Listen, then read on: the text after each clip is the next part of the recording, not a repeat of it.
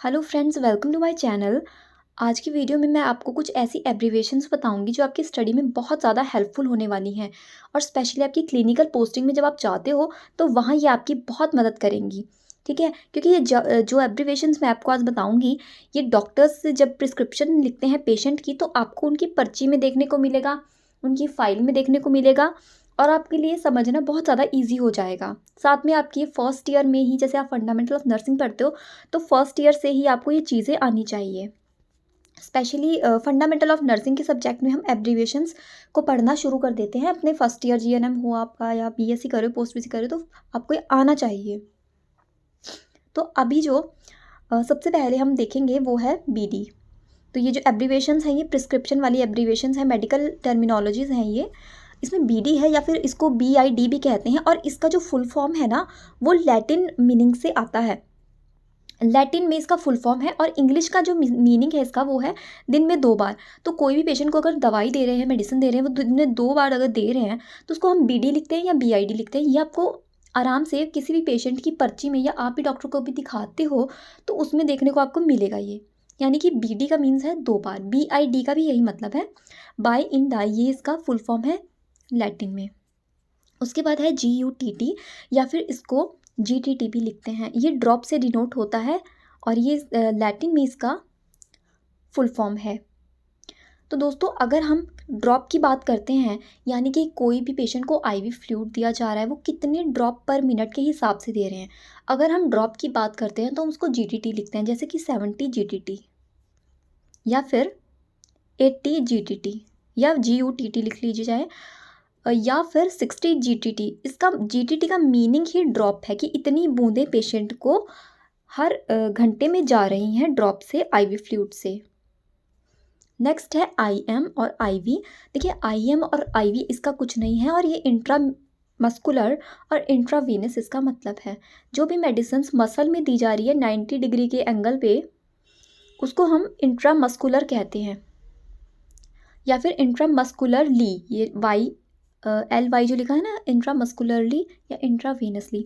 और जो वेन में दी जा रही, नस में दी जा रही है, उसको इंट्रावीनसली कहते हैं, आईवी। तो इंट्रावेनसली जो होता है वो 30 डिग्री पे दिया जाता है और जो नसों में दिया जाता है वो हो गया हमारा इंट्रावेनस। मसल्स में जो देंगे वो आईएम, इंट्रामस्कुलर। तो इस तरह से इसको एब्रीविएशंस को लिखा जाता है शॉर्ट फॉर्म में। उसके बाद है ओडी, OM, ON। देखिए यहाँ पे क्या है, मैं आपको एक ही उसमें समझा देती हूँ। ओ जहाँ पे आता है ना, इसका मतलब है वंस। अगर ओ आगे लग रहा है तो उसका मतलब ही क्या है, वंस, दिन में एक बार देना है। अब ओडी का मतलब है ओमनीडाई। वैसे तो जो चाइना का वर्ड, सॉरी लैटिन से आया ना ये, तो लैटिन का तो ओमनीडाई वर्ड है ये, लेकिन इंग्लिश में इसको कहते हैं कि वंस एवरी डे, दिन में कभी भी दो बट एवरी डे उसको देना है दवाई को। फिर OM आता है। ओ OM का मतलब है कि रोज़ मॉर्निंग में देना है एक बार, वंस एवरी मॉर्निंग। फिर आता है ON का मतलब वंस एवरी नाइट। तो ये बहुत आसान है। O मतलब कि दिन में एक ही बार देना है, वंस, एंड M का मतलब मॉर्निंग, N का मतलब नाइट, और D अगर लगता है तो एवरी डे उसको देना है। ठीक है, D यानी कि बस D, आपको डे याद रखना है, DAY, day, morning, night. Next abbreviation. देखो, ये जो एब्रीवेशंस मैं आपको बता रही हूँ बहुत ज़्यादा ज़रूरी है। डॉक्टर आपको लिखेगा, आपकी खुद की पर्ची में आपको देखने को ये मिलेगा और पेशेंट की जो प्रिस्क्रिप्शन है उसमें ये आपको देखने को ज़रूर मिलेगा। पर ओरल, इसका मतलब होता है पर ओरल। यहाँ पे तो पर OS लिखा है ना, और इसका जो इंग्लिश मीनिंग है वो बाय माउथ है। कोई भी मेडिसिन पेशेंट को माउथ से दे रहे हैं, जैसे सिरप दे रहे हैं, टैबलेट दे रहे हैं, तो वो माउथ से दे रहे हैं, तो हम इसको बोलते हैं पर ओरल। जो भी दवाई पेशेंट को ओरली दी जा रही है, बाय माउथ दी जा रही है, वो PR है, सॉरी पर ओरल है। उसके बाद आता है PR यानी कि पर रेक्टम। जो रेक्टम के थ्रू दी जा रही है, अनल एरिया से इंसर्ट की जा रही है, उसे हम पर रेक्टम PR कहते हैं। और ये होता है जैसे सपोजिटरी आपने दिया होगा पेशेंट को, कभी नहीं दिया तो आप ज़रूर दोगे अभी आपकी पोस्टिंग जब लगेगी। और अनीमा जैसे हम देते हैं तो वो भी पर रेक्टम ही दिया जाता है। एग्जामिनेशन भी पर रेक्टम किया जाता है पेशेंट का कुछ भी प्रॉब्लम का पता लगाने के लिए, रेक्टल एरिया में कोई प्रॉब्लम है। उसके बाद आता है PRN। तो ये लैटिन का इसका फुल फॉर्म है। और PRN का मतलब क्या होता है, वेन एवर रिक्वायर्ड, जब भी ज़रूरत है। यानी कि ऐसा नहीं है कि रोज़ देना है या फिर दिन में 2 बार देना है, 4 बार देना है। जब भी ज़रूरी है कि उस दवाई की नीड है, अभी देना है, अभी बुखार आ गया है, तो फिर दे दो। फिर ये इसका मतलब हुआ। फिर है पीवी यानी कि पर वेजाइनल। पर वेजाइनम इसका लिखा है, बट वेजाइना के थ्रू कुछ भी मेडिसिन जो इंसर्ट की जा रही है उसे हम पर वेजाइनल देते हैं। ऐसी बहुत सी मेडिसिन आती हैं जो वेजाइना के थ्रू भी इंसर्ट की जाती हैं, तो उन्हें पीवी कहते हैं। एक होगा पीवी, एक होगा पीआर, और एक हो गया आपका पीओ, पर ओरल, पर वेजाइनल, पर रेक्टम। नेक्स्ट है क्यूडीएस। क्यूडीएस को ही हम क्यूआईडी भी लिखते हैं, सॉरी, क्यूआईडी, यानी कि दिन में 4 बार देना है।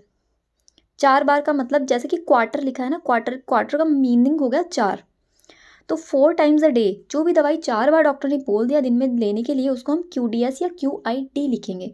क्यूडीएस के साथ साथ आपको ये याद रखना है कि क्यूडीआई भी इसे कहते हैं।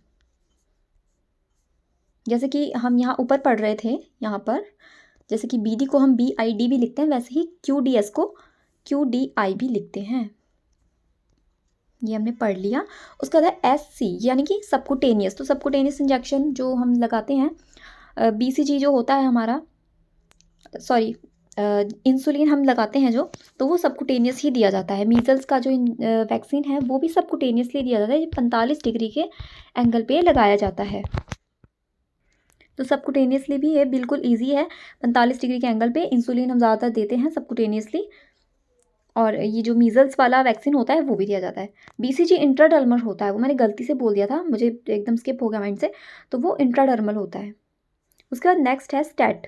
इसका जो फुल फॉर्म है स्टैटिन कहते हैं इसको लैटिन में, और इंग्लिश में इमीडिएटली, यानी कि कोई पेशेंट एडमिट हुआ है, बहुत इमरजेंसी सिचुएशन में वो आया है और इमीडिएटली उसको भी देना ही देना है, इमीडिएट कोई ड्रग उसको देना है, एट्रोपिन लगाना है, वो बिल्कुल क्रैश कर गया है, उसको एडीआर देना है, तो इमीडिएट वो स्टैट वाली दवाइयाँ हैं। ऐसा नहीं है कि वो दिन भर उसको लगाते रहना है, या दिन में 4 बार एट्रोपिन दे रहे हैं उसको, 10 बार उसको एडीआर लगा दिया, एचकॉर्ड दे दिया उसको दिन में 3 बार।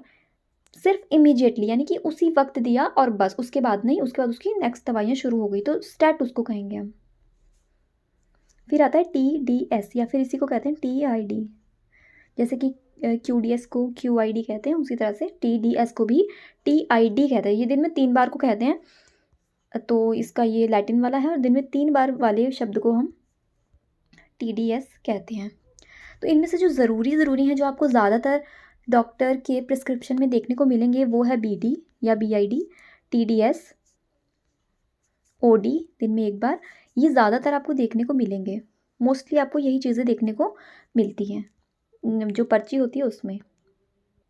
और एक जो वर्ड है, सॉरी, एक जो एब्रीवेशन है वो SOS भी है, ये भी काफ़ी यूज़ होती है, SOS। SOS का मतलब होता है कि जब भी ज़रूरत है उसी वक्त उसको देना है, जब भी रिक्वायरमेंट है तब उसे देना है, ये होता है SOS। व्हेनेवर रिक्वायरमेंट, यानी कि ज़रूरत है दवाई की तो देना है, नहीं तो ऐसा कोई नीड नहीं है, वो हो गया SOS। आज आपको ये वाली वीडियो कैसी लगी मुझे प्लीज़ कमेंट करके ज़रूर बताना। बहुत इंपॉर्टेंट एब्रीवेशन है, इनको लर्न कर लेना, अच्छे से समझ लेना। आप इनको 10 बार देखोगे, 10 बार समझोगे, आपको पूरी याद हो जाएंगी। एक बार आप 10 बार इनको रिवाइज़ किया, आपको बुक में भी, आपकी बुक में फंडामेंटल ऑफ नर्सिंग की बुक में ज़रूर होगा, तो वहाँ से आप इसको चेक कर लेना। Okay, thank you so much for watching.